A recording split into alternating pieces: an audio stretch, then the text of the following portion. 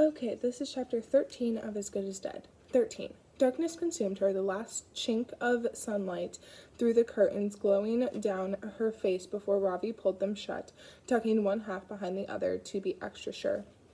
"Keep these closed, okay?"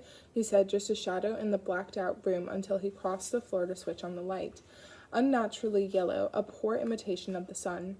"Even during the day, in case someone is watching you. I don't like the idea of someone watching you." Ravi stopped by her elbow, placing his thumb under her chin. "Hey, you okay?" Did he mean about Aunt and Lauren or the little chalk figures climbing up to her room? "Yeah," Pip cleared her throat. Such a meaningless half-word. She was sitting at her desk, fingers resting on the keyboard of her laptop. She'd just saved a copy of the photo she'd taken of the chalk figures. Finally, she'd gotten there before the rain or tires or feet could wash them away, disappear them. Evidence. She herself might be the case this time, but she still needed evidence. And more than that, it was proof. Proof that she wasn't haunting herself, that she couldn't be the one drawing the figures and killing those pigeons during the foggy, sleepless nights. Could she?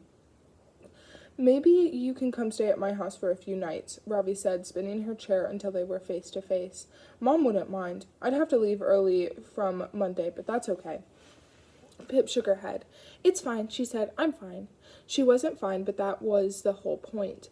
There was no running away from this. She'd asked for it. She needed it. This was how she would make herself fine again. And the scarier it got, the more perfect the fit. Out of the gray area into something she could comprehend, something she could live with. Black and white, good and bad. Thank you. "You're not fine," Robbie said, turning his fingers through his dark hair long enough now that it started to curl at the ends. "This isn't fine. I know it's easy to forget after all the fucked up things we've been through, but this isn't normal." He stared at her. "You know this isn't normal, don't you?" "Yes," she said. "I know that. I went to the police yesterday like you wanted. I tried to do the normal thing, but I guess it's down to me again to fix it." She pulled a line of loose skin along one fingernail, a bubble of blood greeting her from the deep. "I'll fix it." "How are you going to do that?" Ravi asked, a harder edge in his voice. Was that doubt? No, he couldn't lose faith in her, too. He was the last one left. "Does your dad know about this?" he asked. She nodded. "He knows about the dead birds. We found the first ones together. Mom told him it was the Williamses' cat, though. That's the logical solution. I told him about the chalk marks, but he never saw them. They were gone by the time he got home. I think him driving over them was why they disappeared, even." "I'll go show him now," Ravi said, the edge in his voice more slippery now, more urgent. "Come on." "Ravi," she sighed, "what's he going to do about it?" "He's your dad," he said with an exaggerated shrug, like it was the most obvious thing in the world. "And he's 6'6". I definitely want him on my team in any fight." "He's a corporate lawyer," she said, turning, catching sight of her far-off eyes in a sleeping face of her laptop. "If this guy was a problem about mergers and acquisitions, yeah, he'd be the guy, but it's not."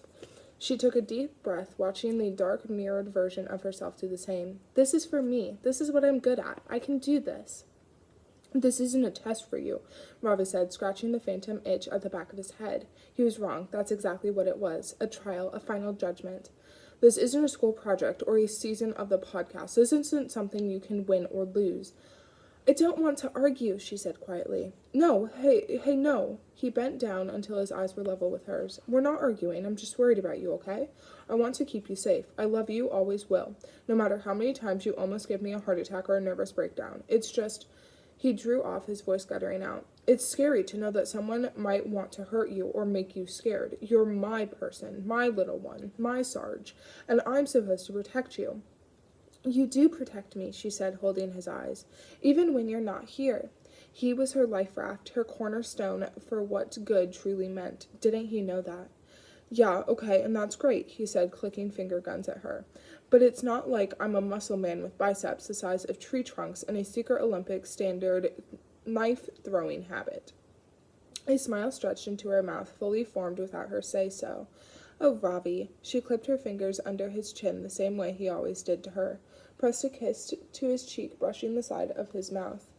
"You know brains always beat brawn any day of the week." He straightened up. "Well, I just squatted for too long, so I probably have glutes of steel now anyway." "That'll show the stalker." She laughed, but it became a hollow, raspy sound as her mind wandered away from her. "What?" Ravi asked, noticing the shift. It's clever, isn't it?" She laughed again, shaking her head. "So clever." "What?" "All of it. They faint almost not their chalk figures that fade as soon as it rains or someone drives over them. The first 2 times I didn't take photos before they were gone, so when I told Hawkins about them, he thought I was insane or seeing things that aren't there, discrediting me right from the get-go. I even wondered whether I was seeing things. And the dead birds. She clapped her hands against her thigh. So clever. If it were a dead cat or a dead dog, she flinched at her own words. Barney flashed into her mind. It would be a different story. People would pay attention, but it's not. It's pigeons. No one cares about pigeons. Almost as common to us dead as they are alive. And of course, the police would never do anything about a dead pigeon or two because it's normal. No one else can see it but me and you. They know all this. They designed it that way. Things that look normal and explainable to everyone else. An empty envelope, just an accident. And the dead girl walking down the road, not at my house. I know it was for me, but I'd never be able to convince anyone else because if it really were for me, it would have been at my house. So subtle, so clever. The police think I'm crazy and my mom thinks it's nothing, just a cat and some dirty tires. Cutting me off, isolating me from help, especially because everyone already thinks I'm fucked up. Very clever. Kinda sounds like you admire them, Robbie said, sitting back on Pip's bed, arms out for balance. His face looked uneasy. No, I'm just saying it's clever, thought out, like they knew exactly what they were doing. Her next thought was only natural, only logical, and she could see from Robbie's eyes that he had arrived at the same idea, chewing on it, the muscles tensing in his cheek. Almost like they've done this before, she said, completing the thought, the slightest nod of agreement from Robbie. Do you think they have done this before? He sat up. It's possible, she said, likely even. The statistics certainly indicate that serial stalking is common, particularly if the stalker is a stranger or an acquaintance, rather than a current or former partner. She'd read through pages and pages of information on stalkers last night, hour after hour instead of sleeping, scrolling through numbers and percentages and nameless, countless cases. A stranger? Ravi doubled down on the word. It's unlikely to be a stranger, Pip replied. Nearly 3 out of 4 stalking victims know their stalker in some capacity. This is someone who knows me, someone I know, I can feel it. She knew more statistics too, could reel them off the top of her head, burned into the backs of her eyes from the white light of her laptop screen. But there were some she couldn't tell Ravi, especially not the one that said more than half of female homicide victims reported stalking to the police before they were killed by their stalkers. She didn't want Ravi to know that one. So it's someone you know, and they are pretty likely to have done this to someone else before? Ravi asked. I mean, yes, if we go along with the statistics. Why hadn't she thought of this herself? She was too inside her own head, too fixated on the idea of her against them, that she hadn't considered the involvement of anyone else. Not all about you, said the voice that lived in her head beside the gun. It's not always about you. And you always favor a science-based approach, Sarge.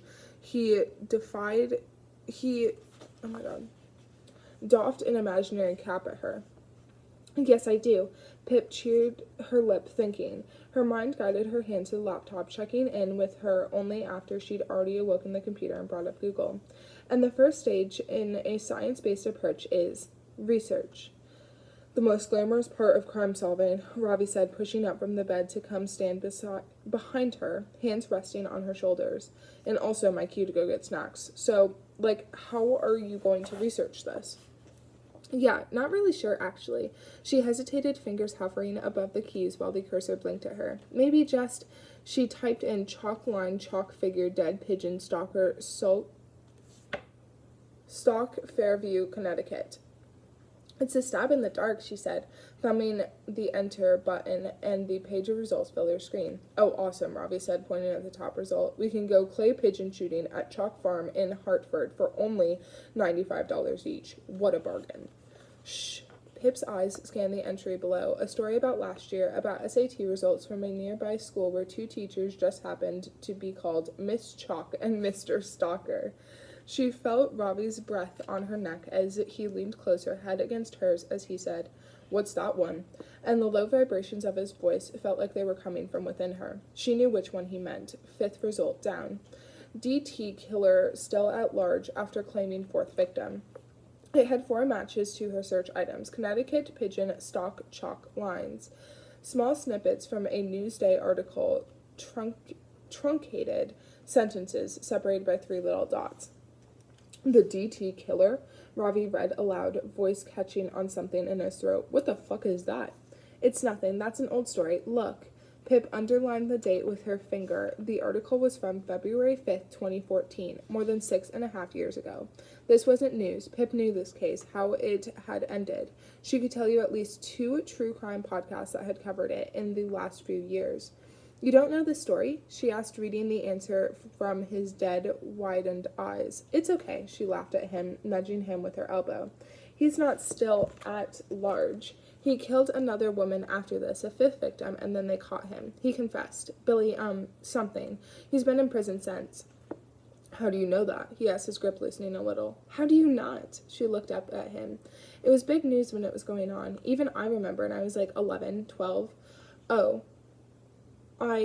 She stuttered. Oh my god, my contacts. Okay. She stuttered, stroking the bones in his hand.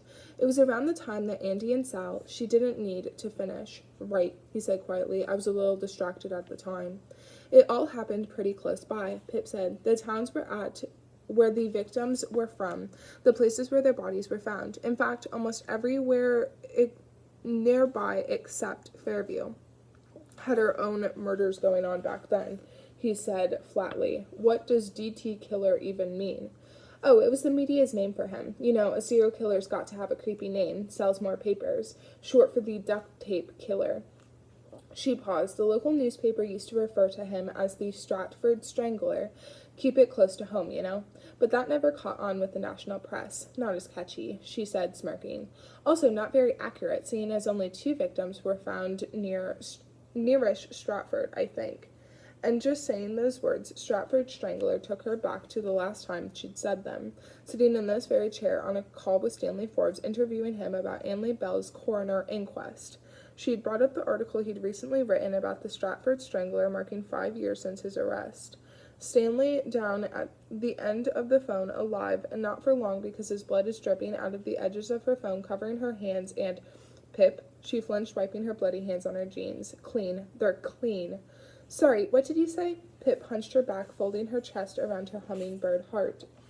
I said, click on it then, the article.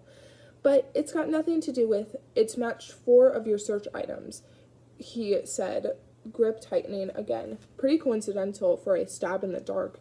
Just click on it and see what it says.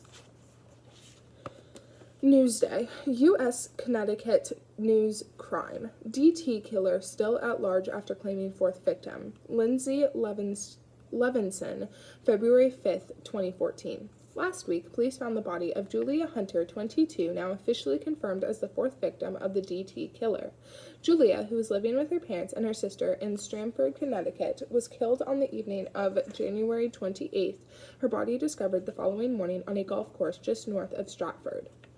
The DT killer began his crime spree 2 years ago, murdering his first victim, Philippa Brockfield, aged 21, on February 8, 2012. 10 months later, the body of Melissa Denny, 24, was found after a week of extensive police searches. They went missing on December 11th, and forensic experts believe she was killed that same night. On August 17, 2013, Bethany Ingram, aged 26, became the 3rd victim of the DT killer. Now, more than 5 months later, after much media speculation, police have confirmed that the serial killer has struck again. The DT killer, short for the duct tape killer, is so called because of his distinctive M.O. He not only binds the wrists and ankles of his victims in duct tape to restrain them, but their faces too. Each woman was found with her head fully wrapped in standard gray duct tape covering her eyes and mouth, almost like a mummy, commented one police officer who wished to remain anonymous. The duct tape itself is not the murder weapon in these horrific crimes. In fact, it appears the DT killer intentionally leaves the nostrils of his victims free so they do not suffocate that way. The cause of death in each case has been strangulation by ligature, and police theorize that the killer leaves his victims bound in the duct tape for a while before killing them, and then dumps their bodies in a different location.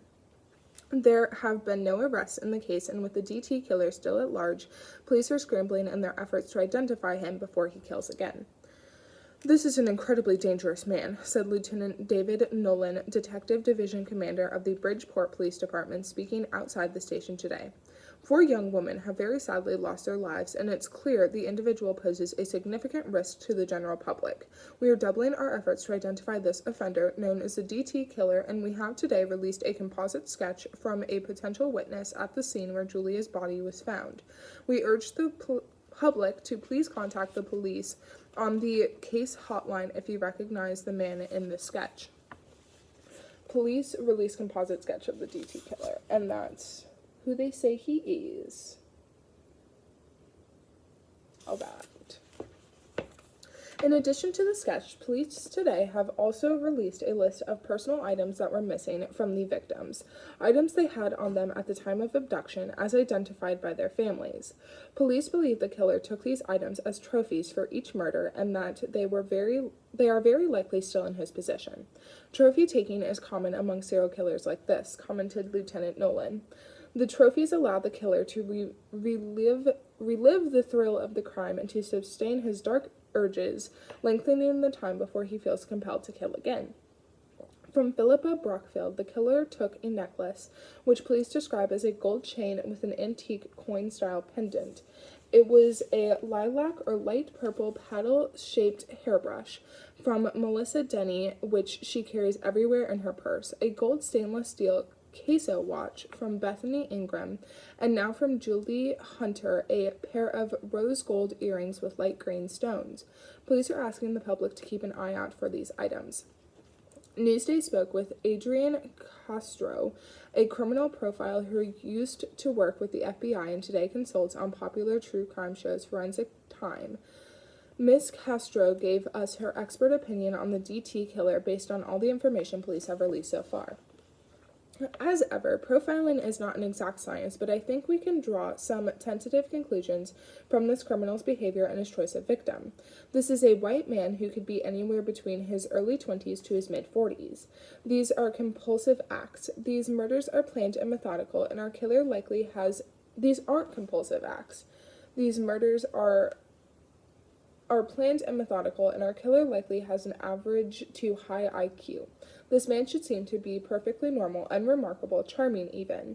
He outwardly appears to be an upstanding member of society with a good job where he's used to a level of control, maybe a management position. I think it's very likely he has a partner or a wife, and potentially even a family too, who have no idea about his secret life. There is an interesting observation to make about his spatial behavior too. In serial killers, we find that an offender will have a natural aversion to committing crimes too close to home, their buffer zone, and yet conversely, they also have a comfort zone, a nearby area they know very well that isn't too close to home and where they feel secure committing these acts. We refer to this as the distance decay theory. It's interesting to note that these victims were all from different towns and cities in Fairfield County, and their bodies too were all spread out in different locations in the comfort zone area. This leads me to believe that our killer lives in a different nearby location, one that hasn't yet come up in the investigation, his untouched buffer zone. As to his motive, I think what we have here is something that underpins a lot of serial killings, misogyny essentially. This man has very strong feelings about women. He hates them. These victims are all attractive, educated, intelligent young women, and there is something there that this killer finds utterly intolerable. He sees these killings as his own personal mission. I find the wrapping of their heads in tape particularly interesting, like he is denying them even their own faces, cutting off their ability to speak or see before he kills them. These killings come down to power and humiliation and the sadistic pleasure the offender takes from that. It's likely the signs were there from a young age, and he started out by harming family pets as a boy. I would not be surprised if somewhere in his possession he keeps a manifesto with all his thoughts about women and how they should look or behave in order to be acceptable. The police have not yet released any information about whether he stalks his victims beforehand, but I would say, given how meticulous the victim selection appears to be, that there is a degree of surveillance before he abducts them. I think that's part of the thrill for him. He may even make direct contact with them, and it's possible the killer has had intimate relationships with these victims. Outside Julia Hunter's family home this evening, her 18-year-old sister Harriet stopped briefly to speak to reporters. When asked about the possibility of Julia being stalked before her death, a tearful Harriet had this to say: I'm not sure. She never told me she was scared or anything. I would have helped her if she had. But she did mention a few weird things in the couple of weeks before. She talked about seeing some lines, chalk lines, I think, that looked like 3 stick figures near the house. I never saw them. It was probably just our neighbor's kids. Also, a couple of dead birds, pigeons, had been brought into the house through the cat flap, but Julia thought that was strange because our cat is very old now and hardly goes outside. She also mentioned getting a few prank calls. That was in the week before she went missing, but she didn't seem frightened by them. If anything, she found them annoying, but redacted. Looking back on those few weeks before, everything seems weird to me now that she's gone. A memorial service for Julia Hunter will be held on February 21st at her local church.